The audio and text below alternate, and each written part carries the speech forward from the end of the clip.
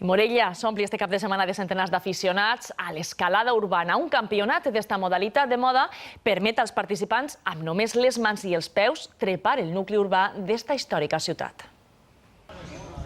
Qualsevol mur urbà és susceptible de convertir-se en una muntanya per als aficionats a les altures. Quan tu vas pel carrer, com a escalador, l'únic que veus són cantos, són pedres, a veure com pujo cap aquí. Esta competició es permet durant el cap de setmana trepar per les històriques muralles, portals i torres de Morella, sense cordes, només amb les mans i els peus per a fer cims de fins a 8 metres. Genial que nos dejen escalar las paredes de este maravilloso pueblo. Està acostumbrat més a escalar a les afores de les ciutats, a les parets, i és una manera d'introduir-los dins de la ciutat. Més d'un centenar de veterans i principants poden mesurar les seues destreses perquè hi ha blocs per a tots els nivells. Así nunca había escalado, pero en Rocódromo y Roca sí. En ciudad, así a lo loco, ¿no? Costa molt trobar bons puestos per apoyar-me. Uns particulars o més aranya que tenen a veïns i visitants tot el cap de setmana mirant cap amunt.